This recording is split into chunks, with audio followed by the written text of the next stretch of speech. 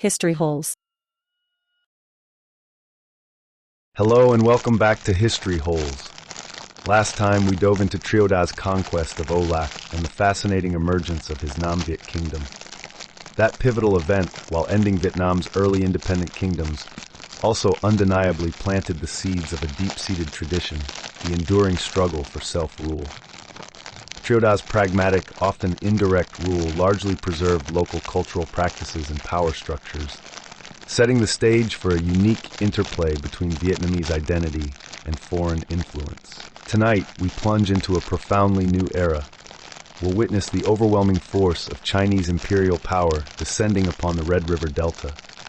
This isn't just a tale of military might. It's the story of a methodical imposition of bureaucratic systems, taxation, language, and customs that would reshape Vietnamese society for centuries. Yet even under this direct foreign rule, we'll uncover how Vietnamese ingenuity and resilience allowed them to adapt, absorb, and ultimately resist, inadvertently building the very capabilities that would fuel their persistent desire for self-determination.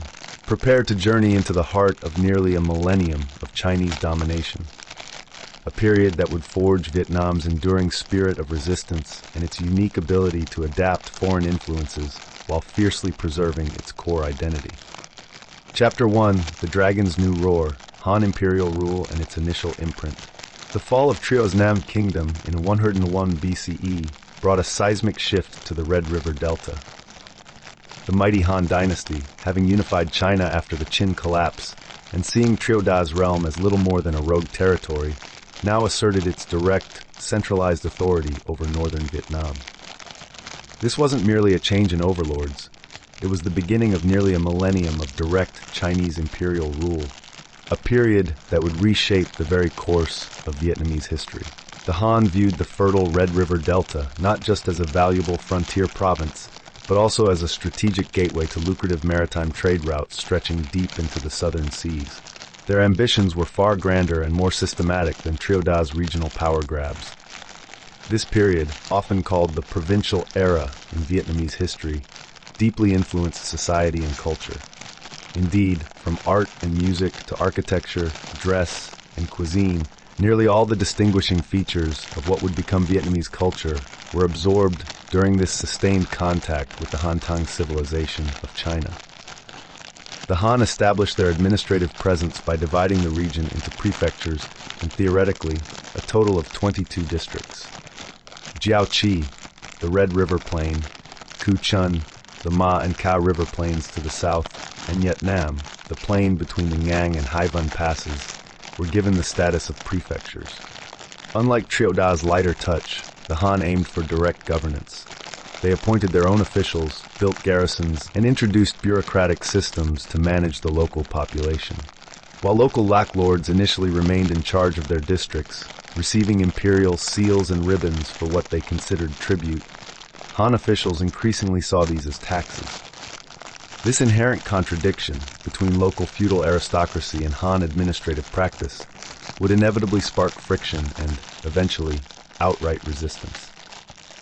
The Han had multifaceted goals: maintaining frontier security, monitoring local leaders to ensure domestic tranquility, nurturing trade and agriculture for a taxable surplus, and encouraging northern immigration to create a population more directly responsive to imperial authority.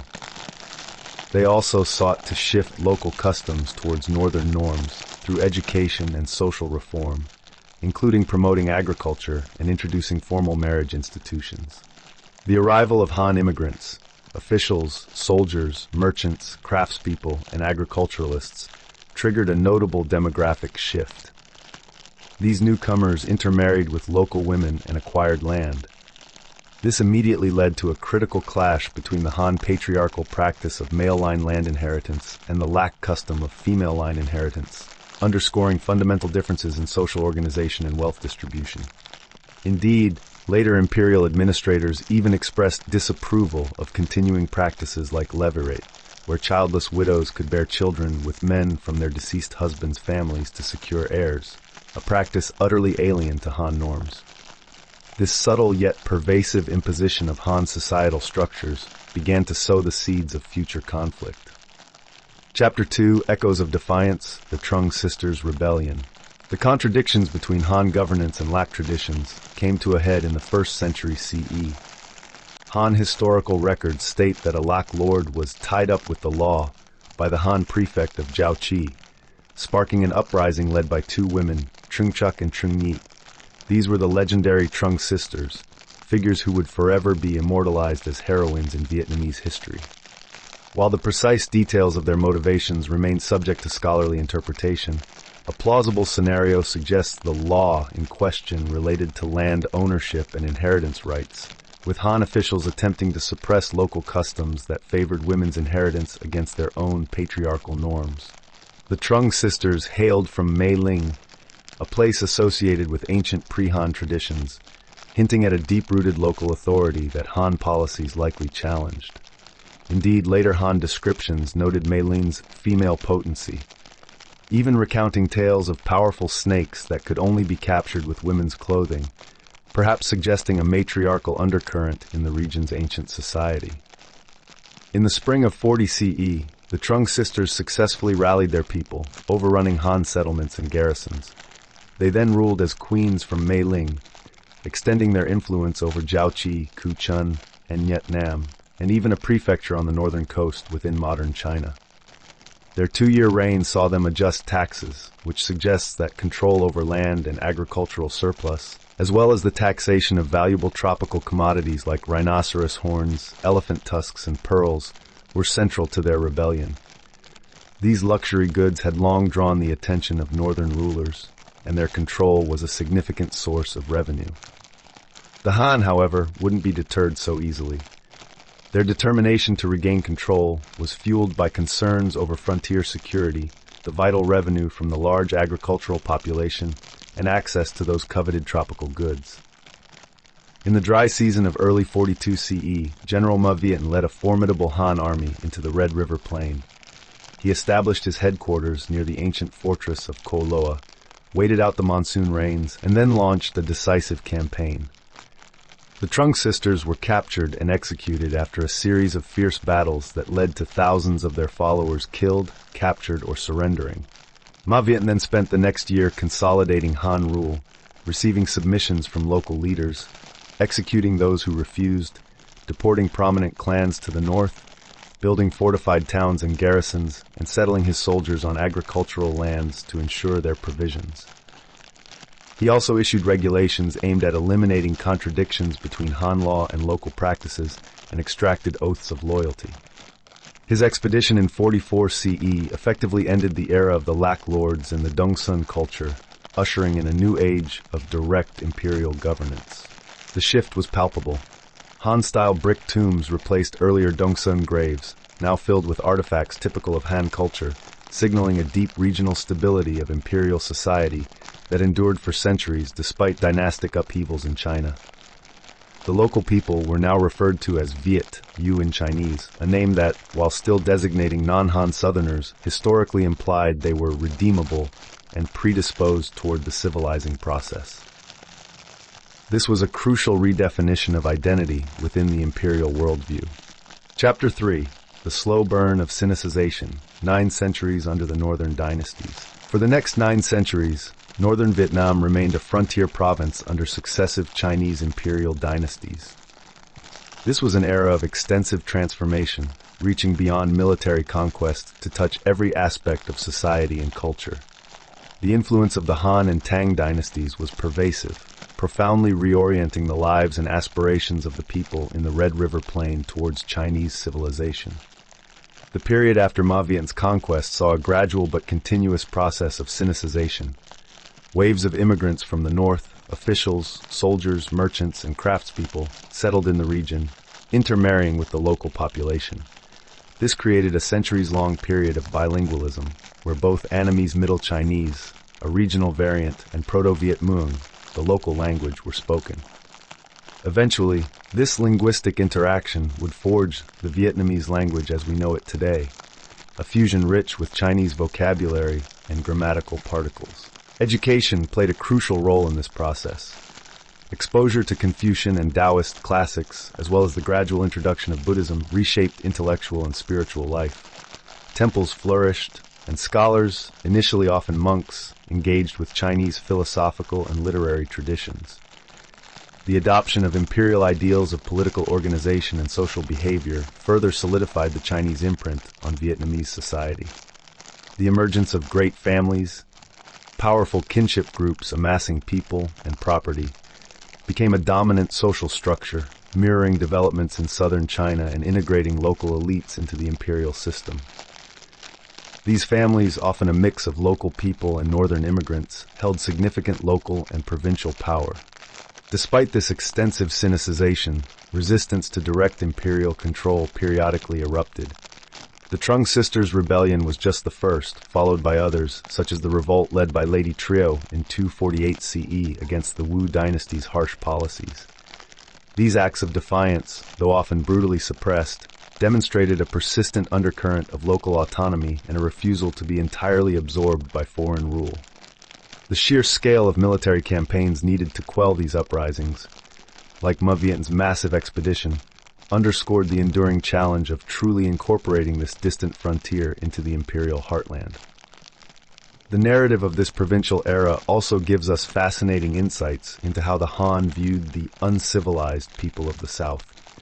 Stories compiled in texts like the Shui Jingju, Commentary on the Waterways Classic, used metaphors to describe different stages of interaction, from the outright extermination of the utterly uncivilized to allowing the semi-civilized to acquire some aspects of civilization, to the complete mastery of the savage realm by civilized imperial officials. These evolving perceptions reflect the complex, often pragmatic relationship between colonizers and colonized. The geographical features of northern Vietnam also played a significant role in this protracted period of foreign rule. The fertile Red River, Ma, and Ca River plains, while ideal for wet rice cultivation, were also prone to flooding, necessitating continuous collective effort in dike building and water management. The mountainous terrain provided refuge for those resisting imperial authority, contributing to the persistent challenges faced by Chinese administrators in fully controlling the hinterlands. This distinctive landscape would continue to shape military strategies and local autonomy for centuries to come. Chapter 4. The Seeds of Disengagement, Shifting Imperial Fortunes and Local Initiative. As the centuries wore on, Chinese imperial rule over northern Vietnam began to change, setting the stage for eventual Vietnamese autonomy. While the Han and Tang dynasties exerted strong, centralized control, the subsequent southern dynasties, 3rd to 6th century CE, saw a gradual ebbing of imperial power and a rise in local initiative. This period witnessed the emergence of prominent local families, like the Shi and Du clans, who, while outwardly loyal imperial officials, effectively governed Jiao province as their own domains. Shi Xie, whom some scholars hail as the first Vietnamese, perfectly exemplifies this trend. Governing Jiaoqi and Kuchun for 40 years during the Han collapse, he maintained peace and attracted scholars fleeing northern turmoil, fostering a vibrant intellectual environment. He's even credited with compiling a dictionary explaining classical terms in the vernacular. His rule, and that of subsequent local strongmen like Tao Huang, clearly demonstrated a growing capacity for self-governance, even under the nominal authority of distant Chinese courts. Turbulent changes within China itself further contributed to this disengagement. The collapse of the Jin dynasty in the early 4th century, followed by warring princes and non-Han conquests in the north, pushed waves of refugees south. While this initially strengthened the Han presence, it also meant Jiao province was often left to its own devices, with local leaders even inviting prominent members of old Chinese families to preside as governors. This dynamic fostered a growing sense of regional identity and self-reliance. Frequent outbreaks of disorder on the southern frontier, particularly from the kingdom of Lin Yi, south of Haivan Pass, also compelled Jiao province to take on greater responsibility for its own defense. While Jin and Liu Song expeditions were sometimes sent to suppress these threats, the burden of mobilization often fell heavily on local resources, reinforcing a distinct regional interest, separate from the imperial center. The Liu Song dynasty, 5th century CE, in particular, saw commerce flourish and the Chinese elite shift their focus towards trade, transforming Jiao into a frontier of opportunity where private fortunes could be made. By the 9th century, the Tang Empire, weakened by internal rebellions and frontier defeats, could no longer maintain its tight grip on Annam. Military units were withdrawn, and local commanders, some of indigenous origin like Feng Hung, rose to prominence, briefly establishing independent regimes. These short-lived pushes for autonomy, though often followed by reconquest, nonetheless demonstrated a persistent desire for self-rule. Fundamental changes in how Chinese imperial government was organized also critically contributed to this disengagement. The Song dynasty, which succeeded the Tang, notably emphasized civil administration and bureaucratic procedure over martial prowess.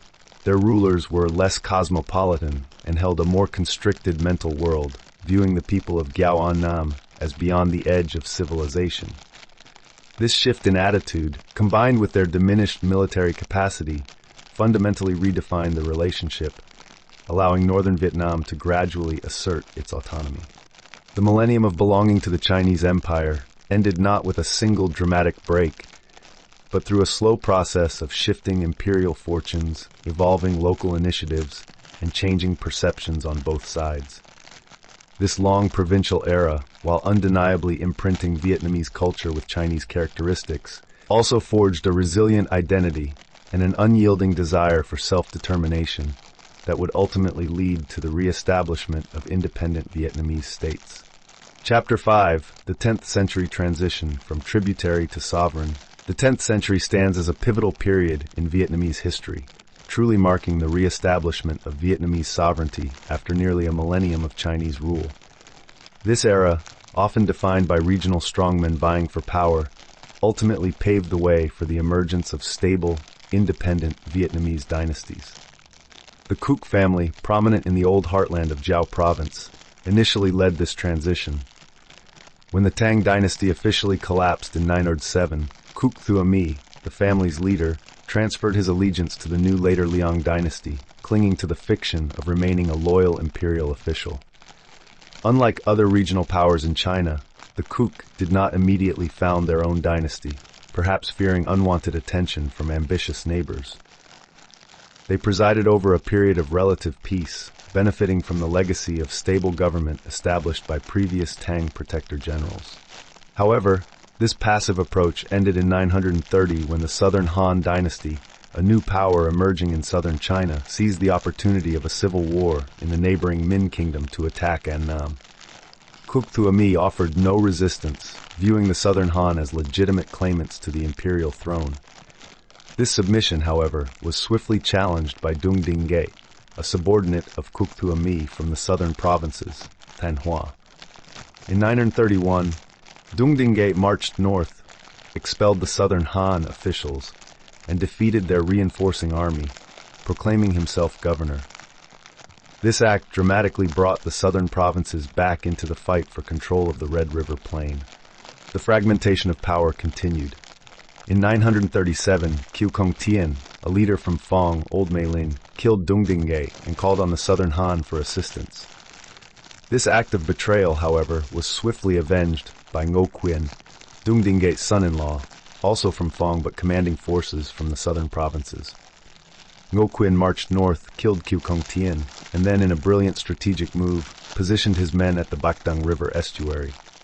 In late 938, using iron-tipped poles planted in the riverbed, Ngo Quyen annihilated the invading southern Han fleet, effectively ending Chinese ambitions in Annam. This decisive victory is a cornerstone of Vietnamese national pride, marking the definitive end of direct Chinese rule. Ngo Quyen, seizing the momentum of his battlefield triumph, then took the unprecedented step of proclaiming himself king and establishing his own court at the ancient site of Ko Loa. His adoption of imperial forms and his choice of capital, located in the heartland of Old Jiao where the Chinese-speaking population was concentrated, clearly demonstrated a desire to legitimize his rule within the broader regional context, while also appealing to the established elites. However, Ngo Quyen's reign was short-lived. His death in 944 at the age of 46 plunged the realm into internal strife. Regional tensions re-emerged, with his sons vying for power against his brother-in-law, Dung Tam Ka, who commanded forces from the southern provinces. This period, known as the upheaval of the 12 warlords, saw widespread fragmentation of authority. It was Ding Bolin, a leader from Hualu in the southern provinces, who eventually unified the country. Drawing on resources from his home region and forging alliances with strongmen along the lower Red River, Ding Bolin subdued all his opponents by 965. He then proclaimed himself king, establishing the Din dynasty and choosing Hualu as his capital. His reign notably relied on stern justice and disciplined soldiers from Giao to control the southern provinces. Ding Bolin's assassination in 979, followed by a brief power struggle, led to the ascent of Lei Huan. Lei Huan, a native of Thanghua and a skilled military commander, consolidated power, relying heavily on the monks of Jiao province for administrative support and manpower. His quarter-century reign saw successful defenses against Song Chinese invasions and the continued assertion of Vietnamese independence. Lei Huan's policies, particularly his reliance on Jiao's resources and his efforts to discipline the southern provinces, laid the groundwork for the future expansion of Vietnamese power. The 10th century, then, was a complex tapestry of internal conflicts and external pressures. Yet it was through these very challenges that Vietnamese identity, now explicitly separate from China, began to solidify. The military victories, the establishment of independent courts, and the strategic alliances forged during this period clearly set Vietnam on a trajectory toward a unified and sovereign state, preparing the ground for the golden age of the Li dynasty that would follow. Chapter 6, The Iron Grip of Han, Chinese Imperial Rule. The period following the collapse of Triệu Đà's Nam Việt kingdom in 111 BCE marked a fundamental shift in Chinese involvement in the Red River Delta. The mighty Han dynasty, having consolidated its power after the Qin collapse, now exerted direct, systematic imperial control over northern Vietnam. This wasn't a temporary military occupation. It was a long-term administrative integration. The Han organized the region into prefectures, most notably Jiaoqi, Kuchun, and Yat Nam, and established administrative centers and garrisons. Their objective was clear: to fully incorporate this fertile land into the imperial realm, harnessing its agricultural wealth and strategic location for trade routes. Demographics and cultural weaving. One of the most immediate and profound impacts was demographic. Waves of Han immigrants, officials, soldiers, merchants, artisans, and farmers, migrated south, settling in the Red River Delta. These newcomers intermarried with the local Lac Viet population, leading to a significant degree of cultural intermingling. This long process of cohabitation and intermarriage eventually contributed to the emergence of the Vietnamese language itself, a hybrid tongue rich with Chinese vocabulary and grammatical structures. It's a powerful illustration of how deeply interwoven these two cultures would become. The bureaucratic hand and Sinicization. The Han introduced a sophisticated bureaucratic system, a stark contrast to the more decentralized tribal structures that preceded it. This meant the implementation of formalized administrative procedures, a regularized system of taxation, and the imposition of imperial laws.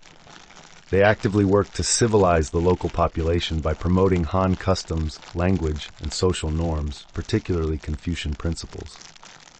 Schools were open to teach Chinese classics, and patriarchal marriage practices, where women became members of their husbands' families, were actively encouraged, often clashing dramatically with existing local matriarchal traditions. This systematic Sinicization aimed to integrate the Lac Viet people into the Han cultural sphere, reshaping their identity from the ground up. Economic innovations. While undoubtedly oppressive, Han rule also brought significant economic and technological innovations. Advanced irrigation techniques, metal plows, and new tools were introduced, leading to increased agricultural productivity, particularly in wet rice cultivation. This inadvertently strengthened the region's economic base, allowing for greater food surpluses and supporting a larger population. The Han also established commercial outposts, boosting trade with the north and providing access to larger markets and a wider array of goods. So, the very economic mechanisms of imperial control, designed to extract taxable surplus and valuable tropical commodities like rhinoceros horns and pearls, inadvertently stimulated local development and connectivity. The seeds of resistance. Despite the directness of Han rule, local Lak lords initially maintained some influence, acting as intermediaries between the imperial administration and the local populace. However, contradictions simmered between the Han's centralized patriarchal system and the Lak's hereditary communal practices. This friction occasionally flared into localized uprisings, demonstrating a persistent desire for local autonomy. The Han, with their superior military organization and ability to mobilize vast resources, consistently suppressed these revolts, further solidifying their grip. This period cemented a complex legacy.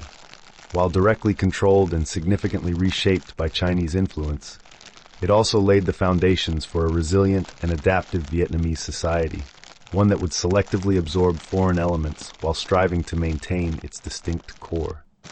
The end of the provincial era would arrive when fundamental changes in China and the character of its imperial rulers made continued direct rule unsustainable. For now, however, the Red River Delta was firmly under the iron grip of Han, a crucible where a new, enduring Vietnamese identity was being forged through both imposition and adaptation.